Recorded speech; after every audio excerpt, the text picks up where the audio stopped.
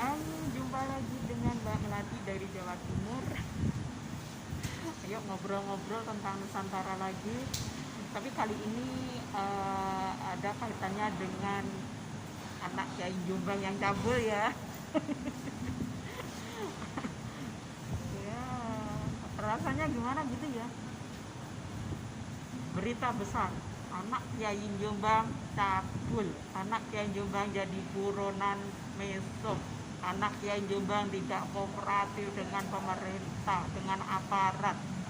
Anak Kiai Jombang bikin fitnah bahwa semua yang disangka yang dilakukan oleh aparat itu adalah fitnah. Ada lagi yang bilang bahwa itu adalah konspirasi apa gitu. Ada lagi yang bilang bahwa itu karena dia itu orang yang sangat ganteng, sangat kaya, sangat berpengaruh, anak kiai lagi yang punya hektaran tanah ya di pesantren itu. Jadi pasti banyak mantan-mantan dia, pasti banyak orang wanita-wanita yang mengidamkan dia. Terus yang kecewa itu tadi terus berusaha melaporkan ya. Saya pikir itu sangat-sangat picik ya. Itu orang yang kalau sudah sangat picik ya seperti itu.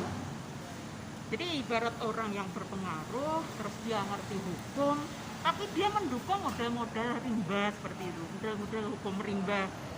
Jadi siapa yang berkuasa, dia yang akan berhak menentukan siapa yang salah, siapa yang benar, siapa yang bersalah, siapa yang tidak bersalah. Hah? Itu yang menentukan orang yang itu tadi. Itu ya, saya katakan, ini ada seorang gus-gus pun juga demikian. Katanya, coba bisa dipikir dengan nalar ya, Mas Blacky itu. Saya nggak mau panggil namanya, Blacky aja. Orang macam itu buat apa? Walaupun anak kiai terus kita harus tunduk mantok gitu. Itulah kebodohan kita. Teriak-teriak merdeka tahun 45, tapi dengan label agama saja mantuk. Itu yang dituhankan itu agama namanya, bukan menuhankan Tuhan sejati. Dengan label agama saja mantuk dengan orang yang melabeli diri dengan penuh label agama mantuk, nyucuk tangannya alambuh. Jadi kalau modelnya itu masih seperti hidup di hutan rimba seperti itu tidak sesuai dengan cita-cita Bapak Presiden kita, yaitu Bapak Jokowi yang beliau itu adalah, saya yakin adalah titisan dari leluhur kita yang berusaha untuk menjayakan Nusantara kita ya. Jadi nggak sesuai dengan cita-cita beliau, nggak sesuai dengan cita-cita pembangunan Nusantara, nggak sesuai dengan cita-cita negeri Nusantara kita ya. Yang mana bahwa Nusantara itu udah jauh-jauh hari ajaran-ajaran Pancasila itu udah ada. Jadi untuk sila kelima itu adalah keadilan sosial bagi seluruh rakyat Indonesia. Di sini ketika orang yang ngerti agama, ngerti hukum, berpengaruh, dengan santainya mengatakan bahwa kasusnya si Blacky ini adalah gara-gara mantannya marah.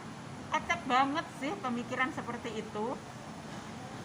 Kalaupun toh ada ya perebutan kekuasaan, apa saling menjatuhkan, itu kalau namanya manusia mesti ada sebetulnya, itu mesti ada. Tapi kita ya jangan ikut-ikutan seperti itu. Terus hukum diakali, lah Pak Polisi itu nggak boleh ditangkap, itu adalah ulah-ulah mantan dia, karena dia itu adalah orang yang sangat berpengaruh. Ecek banget pemikiran seperti itu gitu lah. Dan sekali lagi tadi saya katakan bahwa itu tidak sesuai dengan cita-cita daripada Bapak kita sebagai presiden saat ini yang ingin mewujudkan sila kelima Pancasila, yaitu mewujudkan keadilan sosial bagi seluruh rakyat Indonesia. Nah, ketika orang yang berpengaruh tiba-tiba ya nggak usah ikuti aturan, nggak usah ikuti apa yang disangkakan oleh polisi, itu namanya bukan orang yang berpancasila, itu namanya orang yang sangat biadab. Itu namanya sudah dia jadi panutan tapi dia merasa sok suci, terus tidak kooperatif dengan polisi. Itu yakin mayoritas seluruh rakyat Indonesia itu mengecam tindakan si Blackie itu.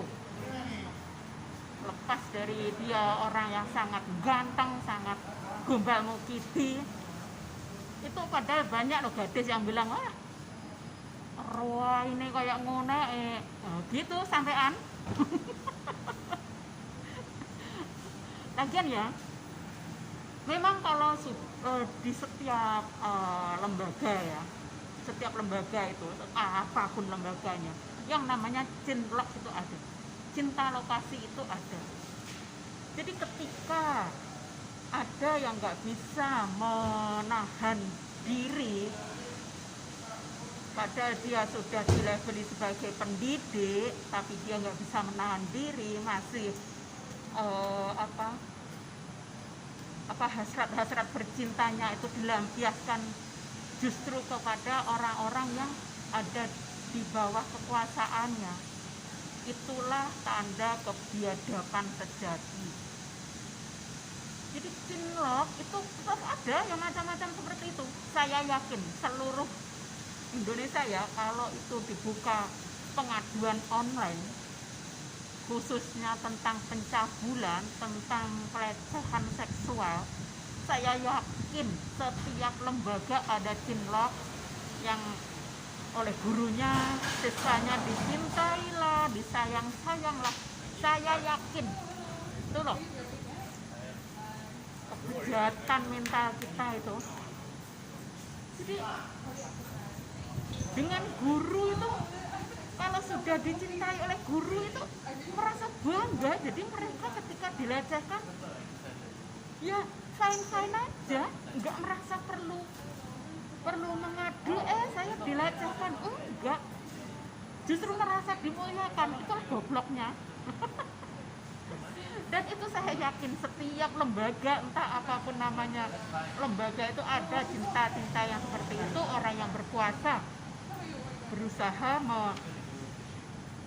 tetap ada oknum-oknum seperti itu.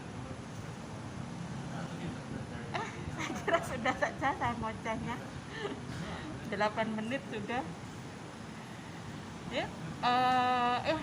Besok kita lanjut lagi tentang ini, mungkin tentang perizinan yang dicabut itu ya, oleh yang akan dicabut itu ya. Saya ada sedikit banyak juga setuju juga ya, tapi banyak yang nggak setuju dengan alasan pesantrennya nggak ada. Itu nanti saya akan bahas lagi. Saya nggak setuju kalau hanya seperti itu, terus tiba-tiba pesantrennya terus tidak disalahkan sama sekali seperti itu.